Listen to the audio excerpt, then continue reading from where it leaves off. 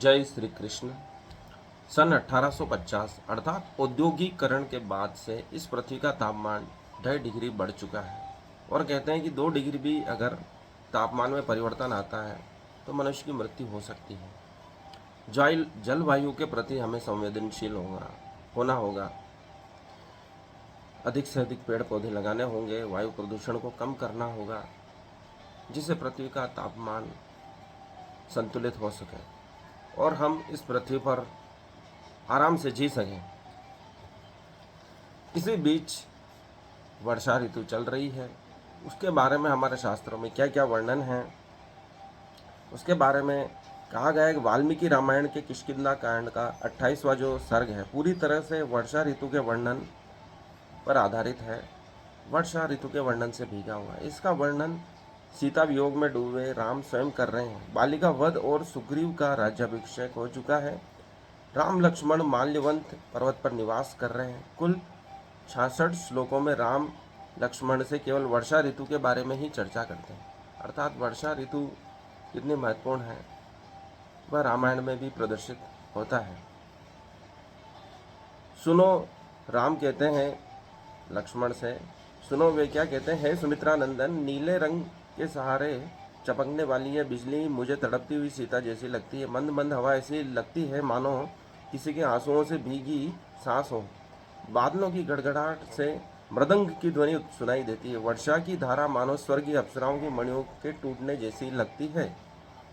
लक्ष्मण, मेरा दुख अब तो और बढ़ गया है।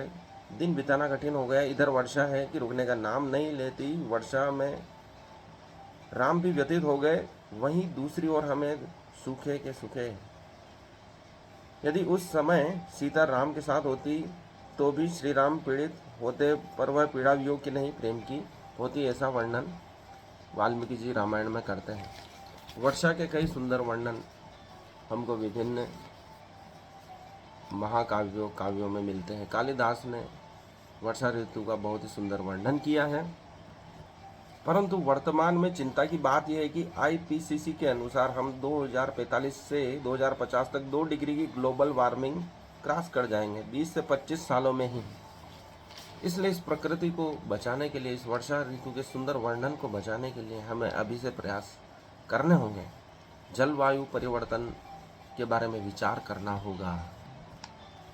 उसके साथ ही किशोर कुमार जो महान गाए थे उनके बारे में वर्णन मिलता है कि गाना गाने से पहले वे माहौल को सहज करते थे, नम्र करते थे, हंसी मजाक करते थे ताकि माहौल सहज हो जाए।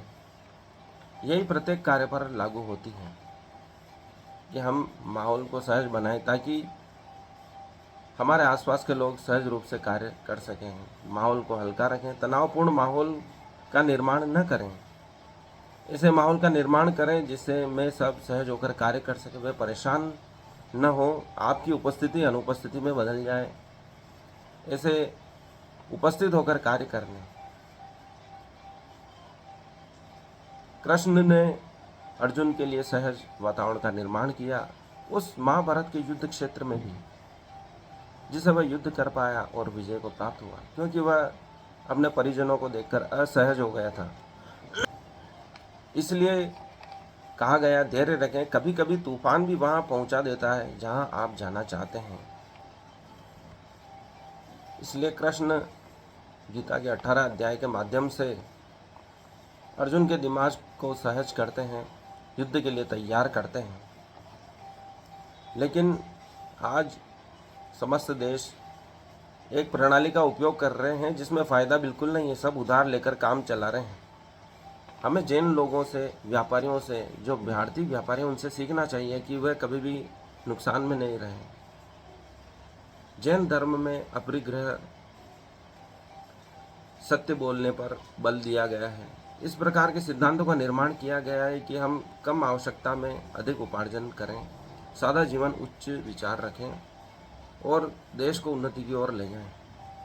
भारत सोने की चिड़िया था, तब वह उधार किसी से नहीं लेता था, बल्कि वह और दुनिया को कुछ न कुछ बांट के आता था और उसके बदले में सोना चांदी जहाज भर भर के लाते थे। व्यापारियों ने हर युग में मुनाफा कमाया है। चाहे किसी का भी शासन रहा, वह उनसे सहज संबंध बना लेते थे, किसी से बिगाड़ नहीं करते थे। और सत्य के मार्ग पर चलने के लिए जैन धर्म के मुनियों ने उनको सही शिक्षा दी।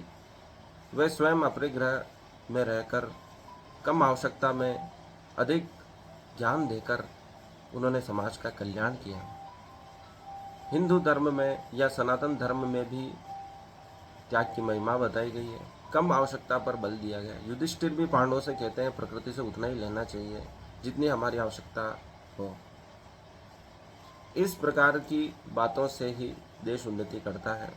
हम अधिक से अधिक वर्तमान में संग्रह कर रहे हैं, सब कुछ अपने घर में समेट लेना चाहते हैं, बल्कि ऋषि कहते हैं कि फालतू चीज़ें घर से हटा दो, अपने मन से भी हटा दो, तभी हम मोक्ष की ओर बढ़ सकते हैं। कृष्ण अर्जुन के लिए यही कर रहे हैं कि वह उसके दिमाग की सब फालतू बातें हटा रहे हैं। हम सोचते हैं कि अपरिग्रह की शिक्षा क्यों दी गई, क्यों जलाया आश्रम द्रोण द्वारा अपने शिष्यों के द्वारा। जब आवश्यकता पूर्ण हो गई तो द्रोण ने पांडवों और कौरवों को शिक्षा देने के बाद उन्हें आश्रम जलाने के लिए कह दिया। कौरव आश्रम जलाने में हिचक रहे थे, तो यही बात पांडवों से कही तो उन्होंने सहज रूप से जला दिया। तो द्रोण ने कहा कि भाई जिसकी आवश्यकता पूर्ण हो गई है अब उसको रखने से कोई फायदा नहीं, हमें आगे बढ़ना है। हम उसी पे टिके रहेंगे तो कभी उन्नति नहीं कर सकते हैं। हमने विभिन्न प्रकार के संग्रह कर लिए। हमने घरों में, दफ्तरों में कई प्रकार का संग्रह किया है। अपने मन में भी कई बातें समेट रखी हैं। इसलिए विद्वानों ने कहा है जिंदगी में आगे बढ़ने के लिए नफरत अच्छी चीज़ नहीं है। हमें नफरत नहीं करना चाहिए, विभिन्न प्रकार की बातें संग्रह नहीं करना चाहिए, यही मोक्ष में बाधा है। इसलिए विद्वानों ने धीरे धीरे सभी का त्याग करने के लिए कहा है।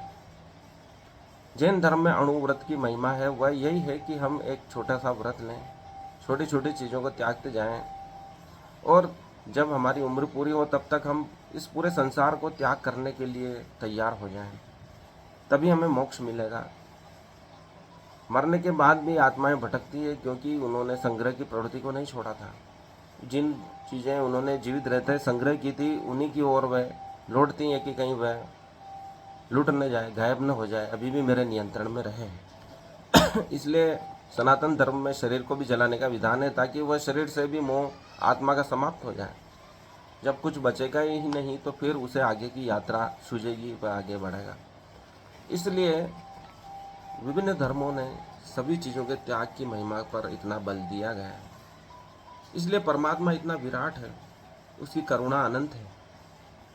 वह कभी आपसे नाराज़ नहीं होता है, वह आपको आगे बढ़ने का अवसर देता है। जैसा आज एआई के युग में हम एआई से जो भी प्रश्न पूछते हैं वह बड़े ही शांति से उत्तर देता है, प्रेमपूर्ण उत्तर देता है। उसका कई हजार गुना, करोड़ों गुना परमात्मा का सरल हृदय है, आत्मीयता है।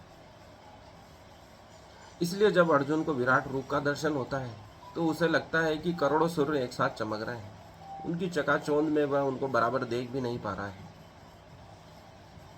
इसी प्रकार परमात्मा की करुणा अनंत है। वह जो भी करुणा एक सामान्य मनुष्य प्रदर्शित करता है उसका करोड़ों गुना उसका हृदय है। इसलिए वह इतना विराट है, अनंत है, और उसकी करुणा भी अनंत है।